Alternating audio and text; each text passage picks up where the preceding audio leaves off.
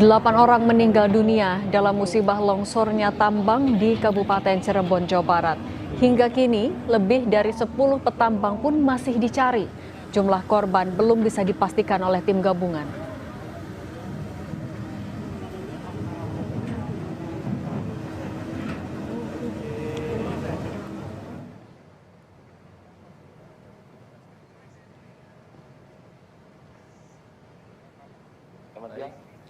Kepala Pelaksana BPBD Cirebon, Denny Nursyah menyebut korban tambang longsor terdiri dari sopir dan buruh tambang. Korban berasal dari wilayah Kuningan dan Cirebon. Evakuasi korban menggunakan eskavator. Sejauh ini ada 12 korban luka yang dibawa ke Rumah Sakit Gunung Jati Cirebon.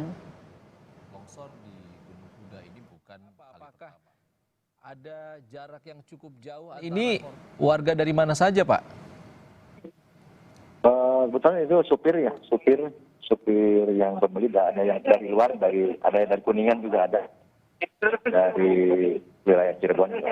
Korban yang tertimbun longsor galian C ini adalah supir ataupun buruh tambang di sana, benar Pak?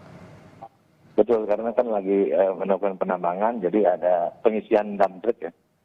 Dump truck itu jadi longsoran, jadi dump truck yang sedang mengisi material tambang tertimbun gitu.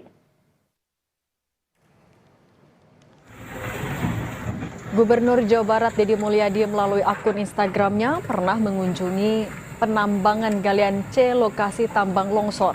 Deddy melihat penambangan sangat berbahaya dan tidak memenuhi standar keamanan untuk para pegawai tambang. Oleh karena itu, Deddy memerintahkan agar perusahaan tambang tersebut ditutup.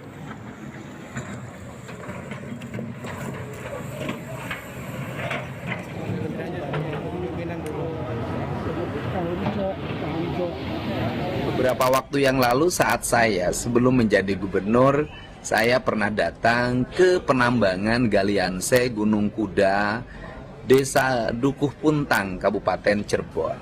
Saya melihat penambangan galian C itu sangat berbahaya, tidak memenuhi unsur standarisasi keamanan bagi para pegawainya. Tetapi karena sudah berizin dan izinnya berlangsung sampai bulan Oktober 2025 dan waktu itu saya tidak punya kapasitas apapun untuk menghentikan, maka penambangan tersebut terus berlangsung.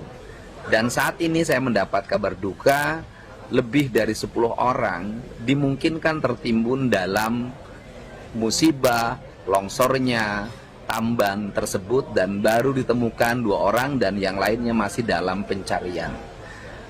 Untuk itu pertama saya menyampaikan bela sungkawa yang sedalam-dalamnya atas meninggalnya warga Jawa Barat di penambangan tersebut. Tentunya warga itu sedang bekerja memenuhi kebutuhan keluarganya walaupun pekerjaannya diancam bahaya. Dan ini sebenarnya menjadi tanggung jawab bagi pengelola tambang.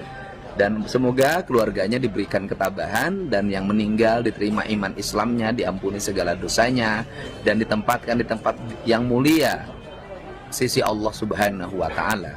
Selanjutnya, dari sisi aspek kebijakan, saya sudah memerintahkan Kepala SDM dan seluruh jajaran yang hari ini.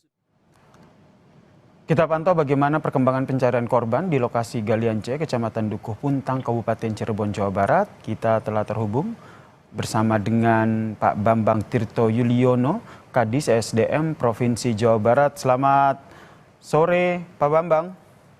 Selamat sore Mas Yasir, selamat sore semuanya, teman-teman semua. Saya didampingi oleh Bu Kapolres dan juga Pak Dandim. Baik Pak Bambang. Pak Bambang ini berada di lokasi galian yang tadi mengalami longsor. Kondisinya seperti apa di sana? Termasuk update pencarian korban. Ya, jadi pertama tentunya kami semua menyampaikan prihatin ya atas kejadian bencana seperti ini. Yang kedua, kami bersama-sama untuk melakukan evakuasi tahap pertama ya. Pada tahap evakuasi, kemudian yang berikutnya yang kami akan lakukan adalah segera akan menutup kegiatan tambang ini. Jadi seperti itu ya. Sebagai informasi, di sini ada 4 izin. Di area Gunung Kuda ini ada 4 izin operasi produksi pertambangan. Dan ini semuanya akan kita evaluasi khusus untuk kejadian yang bencana longsor ini akan kami cabut secara permanen. Saya pikir itu informasinya. Dan sampai dengan sore hari ini kita terus masih melakukan evakuasi. tentunya tim dari BPBD, Ibu Kapolres, Pak Dandim begitu bersama-sama. Kira-kira seperti itu, Mas. Baik, sedang dilakukan proses evakuasi dan tadi Anda menyebut tambang galian ini akan ditutup begitu secara permanen. Sebenarnya secara izin sendiri seperti apa? Oke, jadi gini, Al-Hajariyah ini mengantongi izin sampai dengan tahun 2025 bulan November, ya, diterbitkannya oleh Provinsi Jawa Barat. Nah, mereka ingin mengajukan proses perpanjangan dan sama kami tidak diproses lebih lanjut, begitu ya. Dengan kejadian bencana seperti ini ya, ini di luar dugaan kami, begitu ya. Tetapi faktor penyebab utama dari kejadian ini adalah metode penambangan yang salah. Kami sudah mengingatkan berkali-kali ya, pada pemegang izin usaha tambang untuk memperbaiki metode pertambangan tetapi kurang diindahkan. Ibu Kapolres bahkan bulan Februari yang lalu sudah polis lain, begitu ya, juga melakukan kegiatan penambangan. Oleh karenanya, tim gabungan dari Provinsi Jawa Barat hari ini sedang melakukan investigasi untuk memastikan bahwa sore hari atau malam nanti kita akan cabut. Kayak seperti itu.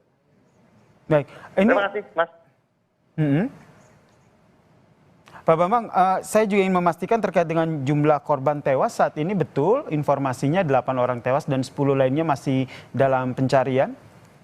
Ya, saya dapat informasi dari Ibu Kapolres, dari Pak Dandim, bahwa korban meninggal itu sampai dengan sekarang ada 8, bahkan bertambah 1 katanya, ada 9, ya udah ditemukan 1.